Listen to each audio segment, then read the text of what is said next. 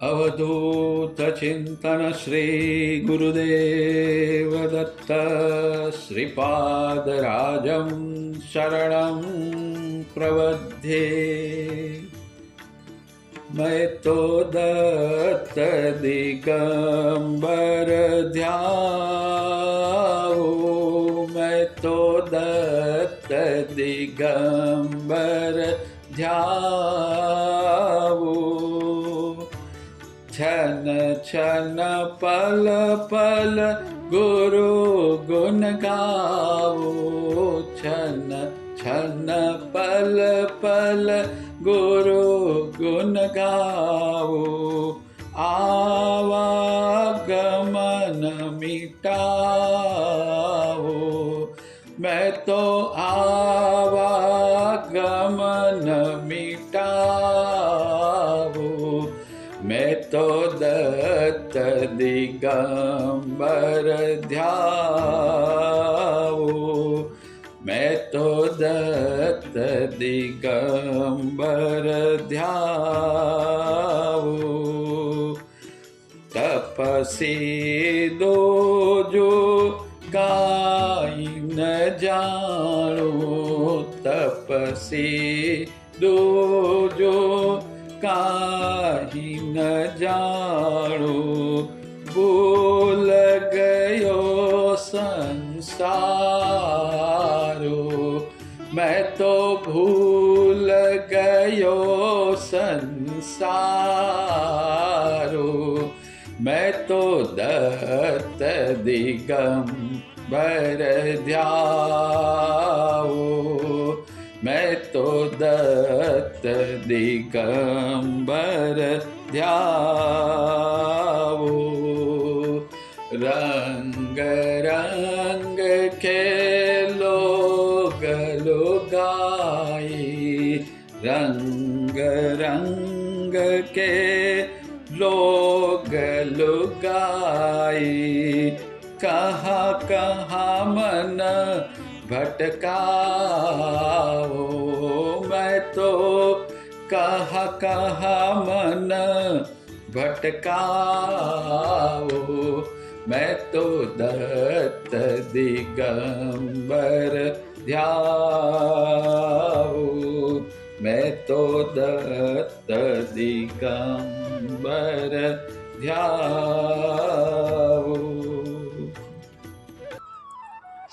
अध्याय 8 स्वामीजीનો આદેશ।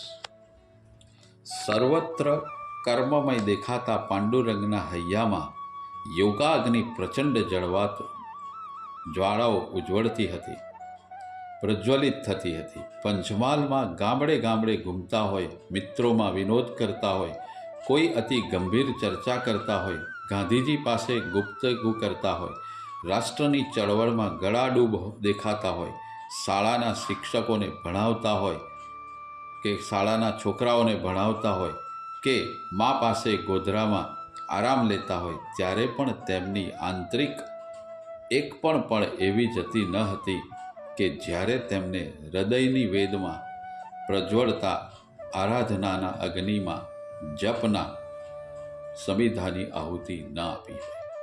પ્રચંડ સાધનાના કારણે તેઓ ધીમે ધીમે અલિપ્ત થતા ચાલ્યા।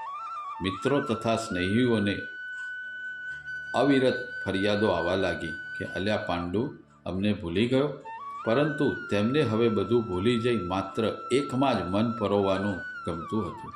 એક જ વસ્તુ યાદ રાખવા જેવી હતી। તેમની આંતરિક પ્રફુલ્લતા પાંગરવા માંડી। એકલા એકલા રાત્રે ચંદ્રની ચાંદનીમાં બેસી અંતરમાં ઉઠતા અસ્ખલિત આનંદથી મન ભરાઈ જવા લાગ્યું।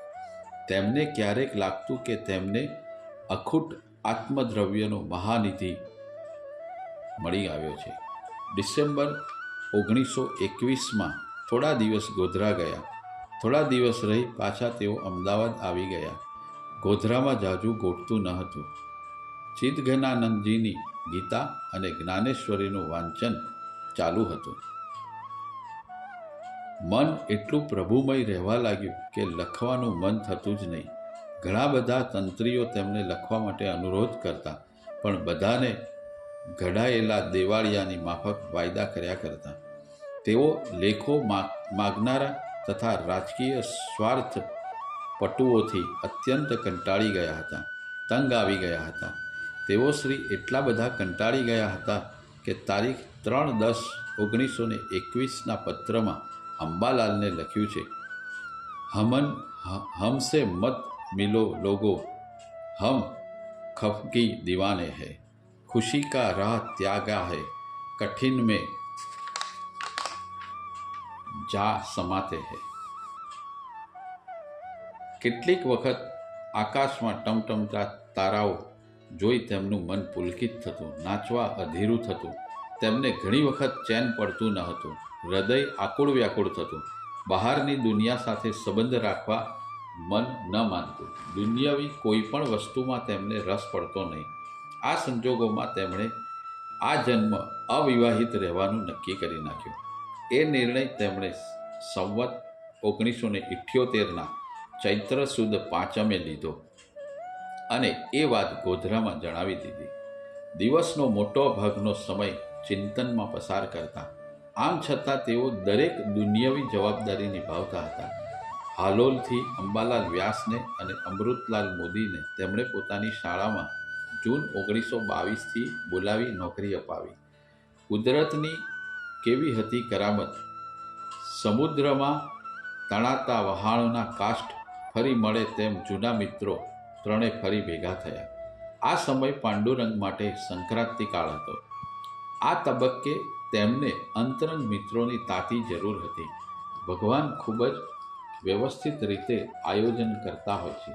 પાંડુરંગને હવે એકાંત વધુને વધુ ગમતું. તેથી બીજી કોઈ જગ્યાએ વ્યવસ્થા ન થતાં તેઓ શાળાના એક ઓરડામાં વાંચન, મનન અને ધ્યાન કરતા. શાળામાં રજાઓ પડી ગઈ હતી. પ્રચંડ સાધનાને કારણે તેઓ વધુને વધુ અંદર ઉતરતા ગયા અને તેથી તેમનો દેહભાવ ધીમે ધીમે લુપ્ત થવા માંડ્યો. વાળ કાપવાની કે દાઢી કરવાની ઝંઝટ ફાવતી ન હતી. તેથી વાળ, દાઢી, મૂછો વધારી દીધી. બાવા જેવા તેમના વેશને કારણે મિત્રો તેમને મહાત્મા કહેવા લાગ્યા. રજાઓમાં થોડા દિવસ ગોધરા ગયા.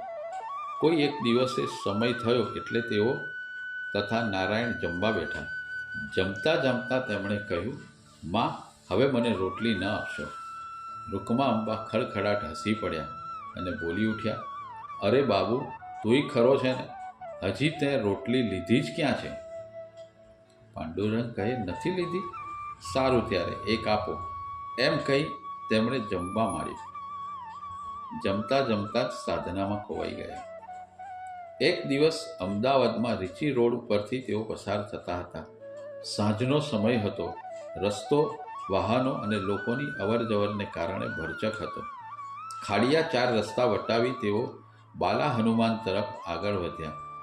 ત્યાં તો તેમની પાછળ 15-20 નાના મોટા છોકરાઓનું ટોળું થઈ ગયું. લાંબા લાંબા વાળ, દાઢી મૂછ, વધી ગયેલી ખાદીના લગર વગર કપડાં. આવા પાંડુરંગના દીદાર જોઈ છોકરાઓને કુતૂહલ થયું. પાંડુરંગ તો પોતાની મસ્તીમાં ચાલ્યા કરે. છોકરાઓ તેમની પછવાડે પછવાડે ચાલવા લાગ્યા. છોકરાઓ કંઈ ન જુએ તે પ્રમાણે પાંડુરંગના ચાળા પાડવા માંડ્યા. એટલામાં એક અળવિતરા છોકરાએ સિસોટી મારી. કોઈએ તાળી પાડી.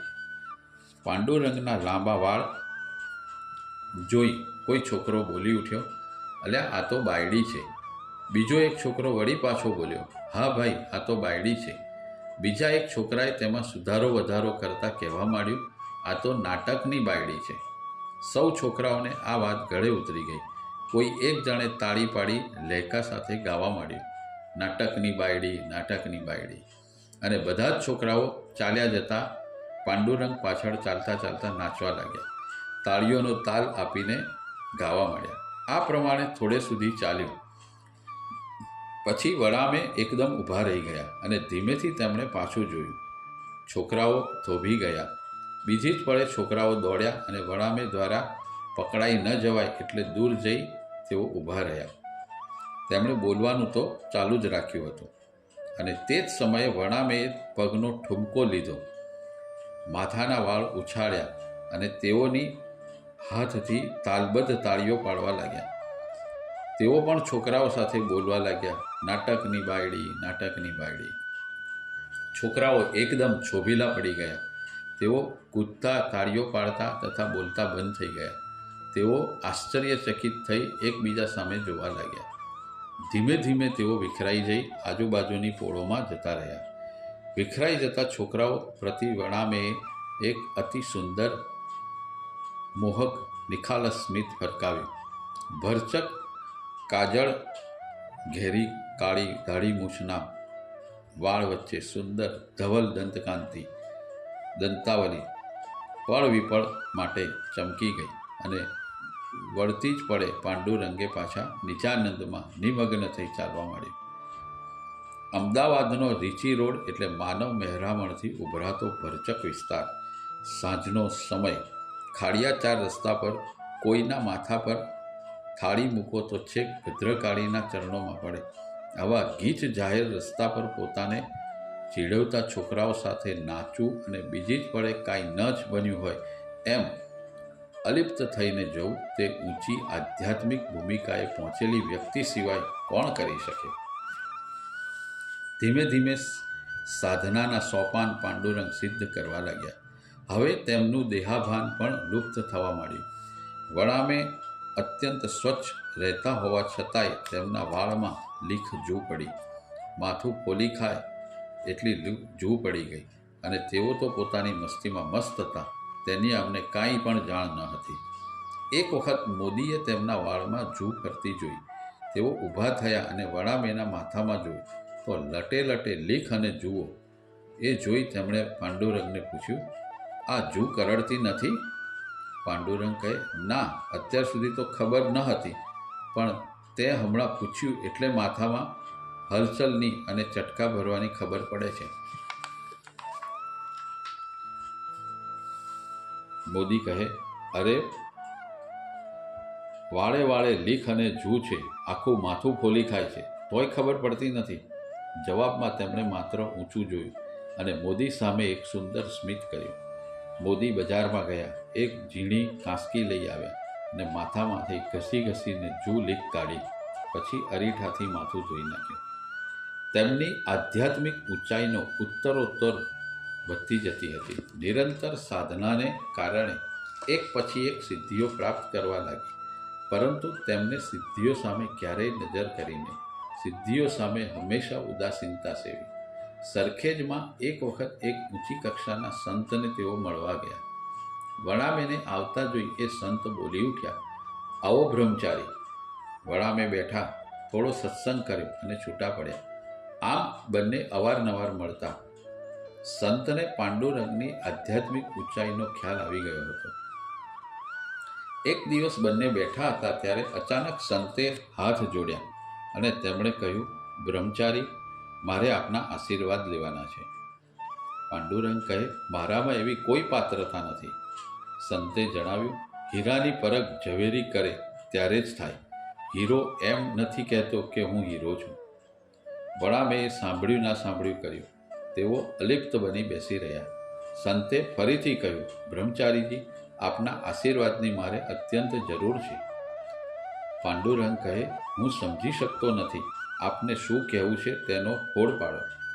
સંત કહે, મારે દ્વારિકાના શંકરાચાર્યની પીઠ પર બિરાજવું છે. પાંડુરંગ કહે, તેમાં હું શું કરી શકું? સંત કહે, આપ આપના હસ્તાક્ષરથી નારદભી રચિત દત્તાત્રેય સ્તોત્ર જટાધરમ પાંડુરંગમ આપના આશીર્વાદ સાથે આપો. હું તે સ્તોત્રના 10,000 પાઠ કરીશ તો મારી ઈચ્છા પૂરી થશે. પાંડુરંગ કહે, ઓહો, હમણાં લખી દો. એમ કહી પાંડુરંગે એક કાગળ પર સ્તોત્ર ટપકાવી દીધું. પછી પોતાના માથા પર અડકાડી સંતના હાથમાં તે મૂક્યું. સ્વામીજીએ તેને આંખ ઉપર અને માથે લગાડી શ્રદ્ધાસભર પ્રણામ કરી તેમના એક પુસ્તકમાં તેને મૂકી દીધું. આ સ્તોત્રના તેમણે શુભ ચોઘડિયામાં 10,000 પાઠ કર્યા અને સમયાંતરે તેમની ઈચ્છા પૂરી થઈ. તેઓ ચંદ્રશેખર નામ ધારણ કરી દ્વારકા પીઠાધીશ્વર બન્યા. હવે પાંડુરંગનું મન વ્યવસાય, આર્થિક ઉપાર્જન, સામાજિક વ્યવહાર વગેરેમાંથી ઉઠી ગયું. તેમનું અંતર હવે પ્રચંડ સાધના કરવા ધૂણી ધખાવી કોઈ એક પવિત્ર સ્થળે બેસી જવા માટે બંડ પોકારી રહ્યું હતું. પ્રભુ પ્રાપ્તિની તેમને અનહદ તાલાવેલી લાગી હતી. વ્યતીત થતી એક એક પળ તેમને યુગ યુગ જેવડી લાગતી હતી. અંતિમ ધ્યેયની પ્રાપ્તિ માટે ઘોર તપસ્યા કરવા તેઓ તલપાપડ થઈ રહ્યા હતા. હરતા ફરતા ઉઠતા બેસતા હર પળે તેમની આંતરિક સાધના ચાલુ જ હતી. છતાં કર્મબંધનો તેમની સાધનામાં આડખીલી બનતા લાગતા. જ્યારે જ્યારે એકલા પડે ત્યારે ત્યારે ગુરુદેવને કાલકુદી કરતા અને અત્યંત સુંદર, પવિત્ર, સિદ્ધ અને એકાંત સ્થળની શોધ માટે માર્ગદર્શન આપવા આંસુભીની આંખે વિનવતા આજીજીઓ કરતા. શાળામાં નોકરી દરમિયાન તેમણે વારંવાર પ્રવાસોનું આયોજન કરવા માંડ્યું. શાળાના પ્રવાસ સિવાય મિત્રો સાથે જુદી જુદી જગ્યાએ પ્રવાસ જવા લાગ્યા. આમ કરવા પાછળનો તેમનો આશય એકાંત સ્થળ શોધવાનો જ હતો. એક વખત શાળાના વિદ્યાર્થીઓ સાથે પર્યટનમાં ગયા. ઉત્કંઠેશ્વર થઈ કેદારેશ્વરની ઝાડીઓમાં આખો દિવસ ઘૂમ્યા. સાંજ પડી એટલે મહાદેવ પાસે આવેલી નાની ધર્મશાળામાં તેમણે મુકામ કર્યો. એટલા વિસ્તારમાં વસવાટ નહિવત હતો. ચોતરફ ગીચ વનરાજી અને તેની મધ્યે કેદારેશ્વર મહાદેવનું મંદિર તથા ધર્મશાળા. અતિ એકાંત એ નિબિડ વનમાં લીલા સાપ જ્યાં ત્યાં ફરે, રાની પશુઓ વિહરે. કેદારેશ્વર સમીપ વહેતી નદી વાત્રકને કિનારે પાણી પીવાના હેતુથી જંગલી જાનવરો પણ આવે. બાળકો ધર્મશાળામાં હાથ પગ ધોઈ સ્વસ્થ થતા હતા. પાંડુરંગ તે દરમિયાન મહાદેવના દર્શને ગયા. એટલામાં એક વટે માર્ગુ ત્યાંથી પસાર થતો હતો. તેણે સહજ ભાવે વણામીને પૂછ્યું, ભાઈ, અત્યારે સાંજની વેળાએ અહીં ક્યાંથી આવ્યા? પાંડુરંગ કહે, શાળાના છોકરાઓને પર્યટનમાં લઈને આવ્યો છું. અમદાવાદથી આવ્યો છું. પેલો માણસ એકદમ તો કાંઈ ન બોલ્યો, પણ થોડોક સમય પછી તેણે કહ્યું, માસ્તર જુઓ, આ જગ્યા ભયંકર છે. રોજ રાત્રે એક મોટો વાઘ આ ચોગાનમાં આવે છે.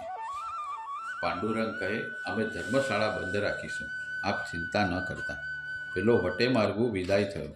તેના મોં પર ચિંતાની રેખાઓ સ્પષ્ટ દેખી શકાતી હતી. રાત પડી. હસી તોફાન મસ્તી કરતાં કરતાં છોકરાઓએ નાસ્તો કરી લીધો.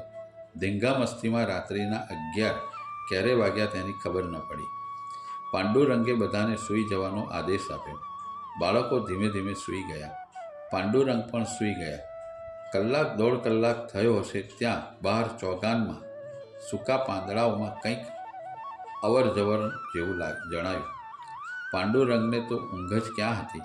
તેઓ સૂતા સૂતા જ સજાગ થઈ ગયા. 2-5 મિનિટમાં તો એક ભયંકર ત્રાળ પડી. બધા વિદ્યાર્થીઓ ચડી ઉઠ્યા. પાંડુરંગે બારીમાંથી બહાર દ્રષ્ટિ કરી તો એક વિકરાળ વાઘ ચોગાનમાં આંટા મારતો હતો. છોકરાઓ ગભરાઈ ગયા. રોકકળ મચી ગઈ.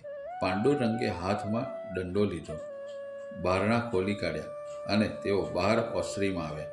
ત્યાં તો વાઘે ફરી પાછી ભયંકર ત્રાળ નાખી. તેના જવાબમાં પ્રતિકાર માટે 2 હાથ પહોળા કરી, છાતી કાઢી, પેતરો કરી ઊભા રહેલા પાંડુરંગે જોરથી દંડો પછાડી સામી ગર્જના કરી, ગુરુદેવ દત્ત! અને બધાના આશ્ચર્ય વચ્ચે વાઘ પલાયન થઈ ગયો. પ્રચંડ હિંમત, નિર્ભયતા અને ગુરુદેવ પરની અડગ શ્રદ્ધાનું સાધન ક્યારેય નિષ્ફળ જતું નથી. પાંડુરંગને અહીંથી કોઈ જગ્યા જચી નહીં. બીજે દિવસે તેઓ અમદાવાદ પરત આવ્યા. થોડા દિવસ પછી આબુ અંબાજીના પહાડોમાં કાંઈક સારી જગ્યા મળી જશે એવું વિચારી મિત્રો સાથે પાંડુરંગે પ્રવાસ ગોઠવ્યો. તેમની સાથે અંબાલાલ વ્યાસ, અમૃતલાલ મોદી, બાલકૃષ્ણ મોદી અને પુરોહિત હતા. આ પ્રવાસ પર્યુષણના દિવસોમાં ગોઠવ્યો. તે દિવસોમાં મોટર બસોની વ્યવસ્થા નહિવત હતી, તેથી બધે જ પગપાળા ફરવું પડતું. અંબાજીમાં એક ભૂમિયો લઈ તેઓ આજુબાજુના ડુંગરાઓ ખુંદી વળ્યા. અરવલ્લીની ઊંચેરી હારમાળા, ખીણો, ગુફાઓની અલૌકિક આલમ ભૂમિયા સાથે ડુંગર ગમ્યા. કંદરાઓ અને કોતરો નીરખ્યા, પણ મન માન્યું નહીં. આબુમાં ગુરુ શિખર પર ભગવાન દત્તની પાદુકાના તેમણે દર્શન કર્યા. દેલવાડાના દેરા, અધ્ધર દેવી, સનસેટ વગેરે સ્થળોએ 3 દિવસો સુધી તેઓ રઝળ્યા. કેટલાય ડુંગરાઓ ચડ્યા અને ઉતર્યા. પાછા ફરતા મુકામ ઉપર પહોંચવા માટે લગભગ 18 માઇલ જેવું અંતર કાપવાનું હતું. 10-12 માઇલ ચાલ્યા હશે ત્યાં એક ખીણ આવી. એમનો જવાનો રસ્તો સામેના ડુંગર પર થઈને ફરતો ફરતો જતો હતો. પાંડુરંગે બરાબર ચકાસી લીધું. એ પછી તેમણે જણાવ્યું, મોદી, જો ને, સામે દેખાય છે તે જ ડુંગર પર આપણો રસ્તો જાય છે ને? મોદીએ ધ્યાનથી જોયું અને બોલ્યા, હા, બરાબર ત્યાં જ જાય છે. પાંડુરંગ કહે, તો આપણે આ ખીણ ઉતરી જઈએ અને પેલો ડુંગર ચડી જઈએ તો 2-4 માઇલ ઓછા થઈ જશે. ત્યાં વ્યાસે પોતાનો અભિપ્રાય પ્રગટ કર્યો. ખીણમાં ઉતરવાનું અઘરું પડશે. પાંડુરંગે જણાવ્યું, મોદી, આપણે ખીણમાં ઉતરી જઈએ અને આ લોકો ફરીને આવે, જોઈએ કોણ વહેલું પહોંચે છે. મોદીએ પડકાર ઝીલી લીધો. બંને ખીણની ધાર પરથી એક નાનકડી કેડી પરથી ઉતરવા માંડ્યું. આગળ જતાં કેડી દેખાતી બંધ થઈ અને તેમણે મેળવેલા અંદાજ કરતાં ખીણ વધુ ઊંડી હતી. તેથી તેઓ પાછા ફર્યા. પાછા ફરતા મોદીને એક ધારદાર પથ્થર વાગ્યો. ખૂબ લોહી નીકળવા લાગ્યું. પેલા 3 તો આગળ નીકળી ગયેલા. પાંડુરંગે મોદીને ત્યાં જ બેસાડી દીધા. પાંડુરંગ નાગલા દૂધેલીના પાન ખોળી લાવ્યા. એ પાનને પથ્થર પર મૂકી બીજા પથ્થરથી બરાબર કૂટ્યા. એ પછી એ ઊંચા ઘા ઉપર ભરી દીધા. લોહી તો બંધ થઈ ગયું, પરંતુ દુખાવો એટલો બધો હતો કે મોદીથી પગ પણ મૂકી શકાતો નહીં. પગ ખૂબ કળતો હતો. વણામે એ મોદીનો એક હાથ પોતાના ખભે લઈ કમરથી પકડી તેમને ઉપર લાવી દીધા અને તે જ હાલતમાં મુકામ પર આવી સ્ટેશને તેઓ પહોંચી ગયા. પગ ખૂબ ફૂલી ગયો હતો. અમદાવાદ પહોંચ્યા પછી લગભગ 2 માસ એ ઘાને મટતા થયો. વણામે ખૂબ ધ્યાનથી સેવા કરી અને પછી અમૃતલાલને ક્યારેય દૂર ન કર્યા. ઘણું બધું રખડ્યા પછી પણ કોઈ જગ્યા ગોઠતી ન હતી. નાતાલની રજાઓ આવી. મિત્રો સાથે તેમણે બીજો પ્રવાસ ગોઠવ્યો. માગસર માસની સુસવાતી ઠંડીમાં શૂલપાણેશ્વરના પ્રવાસે તેઓ નીકળ્યા. શૂલપાણેશ્વરના સામા કિનારે તેઓ આવ્યા. એક હોડીમાં બેસી શૂલપાણેશ્વરના કિનારે તેઓ પહોંચ્યા ત્યારે લગભગ અંધારું થઈ ગયું હતું. આખી રાત ઠંડીમાં સૌ ઠૂંઠવાયા. સવારે 7 વાગે પ્રાતઃક્રિયા પરવારી બધા નીકળી પડ્યા. બપોર થતાં સુધીમાં પાછા મંદિરે તેઓ આવી ગયા. ખાઈ પીને ફરીથી તેઓ નીકળી ગયા. સાંજ પડી, રાત્રિના આગમન થયા. રાતવાસો કરવો પડે તેમ હતું. નદીના ભાગમાં તો ઠરી જવાય તેથી કોઈક જગ્યા ઝૂંપડી જેવું સ્થળ તેમને શોધવા મળ્યું. દૂરથી નાનું ખોરડું દ્રષ્ટિગોચર થયું. બધા ત્યાં ગયા. કરાઠાના ઝૂંપડું હતું. ઝૂંપડાનો માલિક અંદર બેઠો બેઠો હુક્કો પી રહ્યો હતો. તેણે બધાને સરસ રીતે આવકાર્યા. બધા અંદર ગયા. એક ચૂલો હતો. તેની ઉપર એક હાંડલી મૂકેલી હતી. ઘરમાં રાસ રચેલું કહેવાય તેવું કાંઈ ન હતું.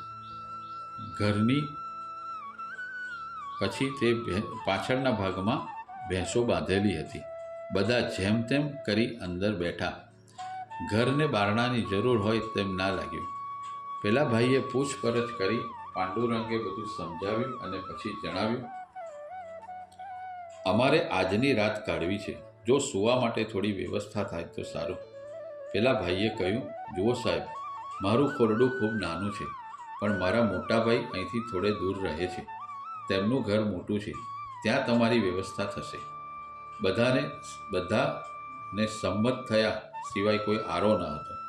પેલા ભાઈ આગળ અને પાંડુરંગ વગેરે તેમની પાછળ ચાલ્યા. 1-2 ડુંગરા વટાવ્યા પછી તેમના ભાઈનું ઘર આવ્યું. ભાઈએ સારી રીતે તે સૌને આવકાર્યા. બહાર માછડો પાથર્યો. બધાને બેસાડ્યા. અંદરથી તેમની વહુ પાણીનો કળશિયો અને એક પ્યાલો મૂકી ગયા. ઘડીવારમાં કળશિયો ખાલી થઈ ગયો. પછી હાથ પગ ધોવા પડાળીમાં તેઓ સૌને લઈ ગયા. બધા હાથ પગ મોં ધોઈ તાજા થઈ ગયા અને માચડા પર આવીને બેઠા અને વાતોએ ચડ્યા. થોડી વાર પછી અંદરથી તેમની વહુનો અવાજ સંભળાયો, એ બધાને જમવા લઈ આવો. બધા અંદર ગયા. ગરમ ગરમ ખીચડી અને રોટલા તૈયાર હતા. કોણ જાણે ક્યારે આ બાઈએ રોટલા આટલા બધા બનાવી દીધા હશે, તેની અમને ખબર ન રહી. બધાને ખૂબ આગ્રહ કરી જમાડ્યા. પછી બહાર તાપણું કર્યું અને બધા વાતો કરતા તેની ફરતે બેઠા. મોડી રાત સુધી વાતો કરી. એ પછી સૌ સૂઈ ગયા. પ્રભાત અત્યંત મનોહર અને નયનરમ્ય હતો. અંદરના ઓરડામાંથી આવતો ઘંટીનો સુરીલો અવાજ વાતાવરણને ભરી દેતો હતો. વનરાજીમાંથી આવતો પંખીઓનો કિલકિલાટ, નર્મદાના નીરનો આછેરો કલકલ ધ્વનિ સામે માત્ર મોજ બહાર કાઢેલા સૂર્યનારાયણ અને તેમાંથી છૂટતા બાળરશ્મિ આખા ક્ષિતિજને ભરી દેતા હતા. અને તેની ઉપર શિરમોર જેવી પેલા ભાઈની નિસ્વાર્થ મહેમાનગતિ બધાને હૈયે વસી ગઈ. પેલા ભાઈ દૂધ લઈને આવ્યા એટલે વણામે બોલ્યા, પટેલ, અમે નાહ્યા વગર કાંઈ લેતા નથી અને અમારે અહીંથી આગળ જવું છે. એમ કહી વણામેએ પટેલના હાથમાં 8 રૂપિયા મૂકી દીધા અને તેમની વિદાય લીધી. આગળ ચાલતા નદીનો છીછરો પટ આવ્યો એટલે બધાએ સ્નાન વિધિ પતાવી. ત્યારબાદ બધા આગળ નીકળ્યા. આગળ જતાં એક મકાઈનું ખેતર આવ્યું. બધાનું મન લલચાયું. તેઓ એક છીડામાંથી ખેતરમાં પેઠા. જેવા અંદર પેઠા કે એક કોળી જેવો માણસ દોડતો દોડતો આવ્યો. તે ખેતરનો રખો હતો. બધા ઊભા રહ્યા. અંબાલાલ બોલ્યા, ભાઈ, અમારે મકાઈ જોઈએ છે. પેલો કહે, ના મળે. અંબાલાલ કહે, અમારે મફત નથી જોઈતી, પૈસા આપીશું. પેલો કહે, હું ખેતરનો રખો છું, મારાથી ના અપાય. મોદી બોલ્યા, ભાઈ, અમને ભૂખ લાગી છે, જો આપે તો સારું. પેલો કહે, હું ના આપું, શેઠને આવવા દો. કોઈએ રકઝક કે દલીલ ના કરી, પણ તેઓ ખેતરના શેઢા પર બેસી ગયા. થોડી વારે ખેતરનો માલિક આવ્યો એટલે અંબાલાલ બોલ્યા, પટેલ, અમારે એક મકાઈ જોઈએ છે. પટેલ બોલ્યા, અરે ભાઈ, આ તે પૂછવા જેવી વાત છે. એમ કહી પેલા કોળીને ઉદ્દેશીને તેઓ બોલ્યા, માળકા, જા થોડા મકાઈ લઈ આવ. પેલો કોળી થોડી વારમાં 8-10 મકાઈ ડોડા લઈ આવ્યો. આ દરમિયાન વાતચીત કરતાં ખબર પડી કે બધા અમદાવાદથી પધારેલ છે અને શાળાના શિક્ષકો છે. એટલે આગ્રહ કરીને પટેલ તેમને પોતાને ઘેર લઈ આવ્યા. ઘેર પહોંચતા પેલા મકાઈ ડોડા શેકીને બધાને સામે મૂકી દીધા અને બધા સાથે તેઓ વાતો કરવા લાગ્યા. 1-2 કલાક થયા હશે ને અંદરથી રસોઈ તૈયાર છે ની બૂમ પડી. પટેલે ખૂબ પ્રેમપૂર્વક બધાને જમાડ્યા. પછી આવજો આવજોના પ્રેમસભર ઉદ્ગારથી હેલી વરસાવતા વાતાવરણમાં આગંતુકોએ આગળ જવા ત્યાંથી વિદાય લીધી. ધીમે ધીમે પંથ કપાતો હતો. એ સાથે વાટે વાતો થઈ રહી હતી. ત્યાં અંબાલાલે કહ્યું, ખરેખર ગામડાના લોકો ખૂબ માયાળુ, ભલા, ભોળા અને પોતાપણાવાળા હોય છે. મોદીએ ટાપસી પુરાવી, આપણા શહેરમાં તો આવી માણસાઈ જોવા મળતી જ નથી. માણસાઈના નામે શૂન્ય છે.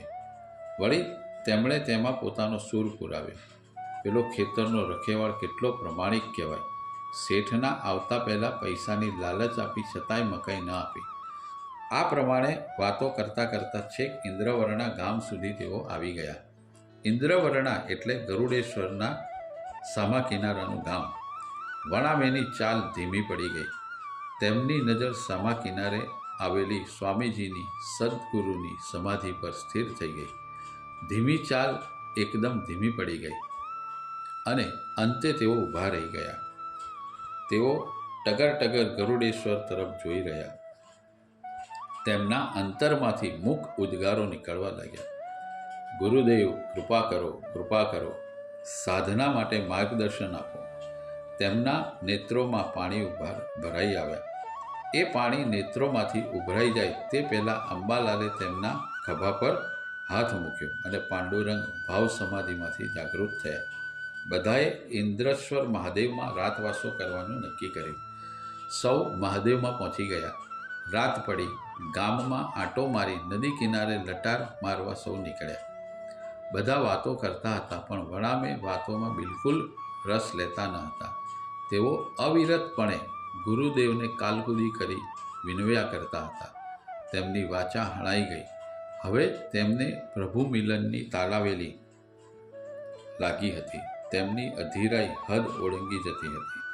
લગભગ 10-10:30 વાગે બધા મહાદેવમાં પાછા ફર્યા. થોડો નાસ્તો કરી વાતો કરતાં કરતાં સૌ સૂઈ ગયા. વડામે કોઈ વાતોમાં રસ લેતા ન હતા. મિત્રોને તેમની સ્થિતિનો ખ્યાલ આવી ગયો હતો. બધા આખા દિવસના રઝળપાટને કારણે પડતાની સાથે નિંદ્રાધીન થઈ ગયા. પરંતુ વણામેની નીંદર જતી રહી હતી. ક્યાંય સુધી તેઓ ઓરડાની છત તરફ નિરખી રહ્યા. અંદરથી પ્રભુ પ્રાપ્તિનો તલસાટ વધતો જતો હતો. મનમાં આદ્ર સ્વરે તેઓ પ્રાર્થના કરવા લાગ્યા. તેમની નજર બારી તરફ ગઈ. તે બારી નદી તરફ પડતી હતી. તેઓ ધીમેથી ઊભા થયા અને બારી સમીપ ગયા. તેમણે બારી બહાર નજર કરી. નદીના વહેતા નીર પર તારલાઓના પ્રતિબિંબે અલૌકિક શોભા ઊભી કરી હતી. એ અનન્ય સૌંદર્ય ગરુડેશ્વરના કિનારાને અદ્ભુત વ્યક્તિત્વ અર્પતું હતું. અને ત્યારે માત્ર ગુરુદેવ એટલો જ શબ્દ મુખમાંથી સરી પડ્યો. મુખના અધર બીડાયેલા, જીહવા સ્તબ્ધ, કાન પણ બંધ, માત્ર લોચન જ ખુલ્લા. પાપણો પલકારા મારવાનું વિસરી ગઈ. અનિમેષ નયને પાંડુરંગ સામે કિનારે ટગર ટગર નિરખી રહ્યા. તેમના હૃદયમાંથી ઉદ્ગારો સરવા માંડ્યા. ગુરુદેવ, કૃપા કરો. હવે સહન થતું નથી. હવે ધીરજ ખૂટી છે. પ્રભુ દર્શનની તાલાવેલી લાગી છે. ગુરુદેવ, આપના સિવાય મારે કોને કહેવું? મારા સમર્થ સ્વામી, કૃપા કરો, કૃપા કરો, મને માર્ગ બતાવો. તેમના નેત્રોમાંથી અશ્રુ પ્રવાહ વહી રહ્યો હતો અને એ સ્થળે તેઓ ક્યાંય સુધી ઊભા રહ્યા. પછી ધીમેથી પથારીમાં આવી તેઓ સૂઈ ગયા. હૃદયે એનો એ તલસાટ, લોચનીએ એની એ અવિરત અશ્રુધારા, અંતરમાં એની એ જ અધીરાઈ. પાણીમાં મસ્તક ડૂબાડેલા માણસને હવા મેળવવા જેવો તલસાટ થાય, તેથી પણ અનેક ગણો તલસાટ પાંડુરંગને પ્રભુ પ્રાપ્તિ માટે થવા માંડ્યો. મોડી રાતે આંખો, મન અને શરીર થાક્યા હતા. આંખો ઢળી પડી અને ક્યારે નિંદ્રાએ પોતાનું આધિપત્ય સ્થાપિત કર્યું તેનો ખ્યાલ ન આવ્યો. ઊંઘમાં પણ કાલકુદી ચાલુ હતી. પાછલે પહોર પૂજ્ય સ્વામીજી સ્વપ્નમાં આવ્યા. મંદ સ્મિત કરી સામે માથે હાથ પસારી બોલ્યા, બેટા, દત્ત પુરાણના 108 પારાયણ કર અને મંત્ર જાપ કર. આટલું કહી પૂજ્ય સ્વામી મહારાજ અદૃશ્ય થઈ ગયા અને વળતી પડે તેમની નિંદ્રા ગાઢ થઈ ગઈ. સર્વ પ્રકારે શાંતિનો તેઓએ અનુભવ કર્યો. સવારે ઉઠ્યા ત્યારે તેઓ સ્વસ્થ અને પ્રફુલ્લિત થઈ ગયા. પ્રભુપદ પ્રાપ્તિએ ખેલવાના ખેલ નહીં, ખાડાના ખેલ છે. દેશ, કાળ, મન, શરીર સઘળું ભૂલી જઈ શૂરવીર રણયોદ્ધો જેમ રણમાં દુશ્મનનું માથું જ વાંચે છે અને દુશ્મનનું માથું ન મળે તો પોતાનું માથું અર્પી દે છે, પણ પાછી પાની ભરતો નથી. તેમ સદભક્ત પ્રભુ પ્રાપ્તિ માટે પોતાનું શિર, પોતાનું સર્વસ્વ સમર્પી દેતા અચકાતો નથી, તો તે જ પરમ તત્વનો અધિકારી બને છે. સમગ્ર દિવસ પૂજ્ય સ્વામીજીનો આદેશ કાનમાં ગુંજવા લાગ્યો. દત્ત પુરાણના 108 પારાયણ કર. પાંડુરંગની સામે એક નવી જ સમસ્યા પેદા થઈ. તેમણે દત્તપુરાણ નામના ગ્રંથનું નામ પહેલી જ વાર સાંભળ્યું હતું. તેમણે ઘણા પુસ્તકો, ઉપનિષદો, ધર્મગ્રંથો ઉથલાવી નાખ્યા હતા, પરંતુ ક્યારેય દત્તપુરાણ તેમને હાથ લાગ્યું ન હતું. પ્રવાસેથી તેઓ અમદાવાદ પરત આવી ગયા અને શાળાના કામમાં પરોવાઈ ગયા. ઘણા બધા સંસ્કૃતના પંડિતોને પૂછ્યું, પરંતુ દત્ત પુરાણની ભાળ મળી નહીં. તેમને થયું, જો દત્ત પુરાણ અસ્તિત્વમાં જ ન હોય તો ગુરુદેવ આદેશ કેવી રીતે આપે? પરંતુ વળતી પડે જ વિચાર આવ્યો કે જ્યારે સમર્થ ગુરુદેવે આદેશ આપ્યો જ છે તો ગ્રંથ મેળવી આપવાનું પણ એ જ ગોઠવશે. મારે શા માટે ચિંતાનો ભાર માથે લઈ ફરવો? અને તે જ પળે તેમના મગજ પરથી હજારો મણનો ભાર ઉતરી ગયો. તેમનું મન હળવા ફૂલ જેવું થઈ ગયું. જ્યારે પૂજ્યશ્રી આદર્શ રાષ્ટ્રીય વિનય મંદિરમાં શિક્ષક તરીકે જોડાયા ત્યારે ત્યાં સરખેજના શ્રી રતનલાલ કરુણાશંકર ત્રિપાઠી શિક્ષક તરીકે નોકરી કરતા હતા. પૂજ્યશ્રીની દિનચર્યા અને જીવન જીવવાની પદ્ધતિ જોઈને તેમને પૂજ્યશ્રી તરફ આકર્ષણ થયું. પૂજ્યશ્રી તે દિવસોમાં ખાદીની કફની, ખાદીની ટોપી અને પંચ્યું પહેરતા, પગમાં ચંપલ પહેરતા. આ પોશાક શાળાના સમય પૂરતો જ હતો. બાકીના સમયમાં તેઓ માત્ર લંગોટભેર રહેતા. સમય મળતા તેઓ શાળાની પાટલી પર બેસી ધ્યાન કરતા. રાત્રે શાળાના છાપરા ઉપર ટુવાલ પાથરી તેની ઉપર સૂઈ જતા. તેઓ પોતાની આધ્યાત્મિક મસ્તીમાં મસ્ત રહેતા. રતનલાલને તેમના માટે પ્રેમ ભાવ જાગ્યો. તેમાંથી મૈત્રી થઈ અને એ મૈત્રી પૂજ્ય ભાવમાં વિકસી. ધીમે ધીમે પૂજ્યશ્રી સામે કૌટુંબિક સંબંધો પણ સર્જાયા. પૂજ્યશ્રી અવારનવાર રતનલાલને ઘેર સરખેજ જતા. રતનલાલના એક બાળ વિધવા બહેન પૂજ્યશ્રી માટે દૂધની ભાખરી અને શાક બનાવતા. પૂજ્યશ્રી ખૂબ પ્રેમથી તેને આરોગતા. એ દિવસોમાં પૂજ્યશ્રીને બધા બ્રહ્મચારી કહેતા. સરખેજમાં આવે ત્યારે કેટલાક લોકો તેમની રીતભાત મસ્તી જોઈને તેમને અવધૂત કહેતા. રતનલાલના નાના ભાઈ ચુનીભાઈ દાણાપીઠ નવાવાસમાં રહેતા. પૂજ્યશ્રી ત્યાં પણ અવારનવાર જતા. અવધૂત ચિંતન શ્રી ગુરુદેવ દત્ત શ્રીપાદરાજમ શરણમ પ્રપદ્યે. અધ્યાય 8 સમાપ્ત.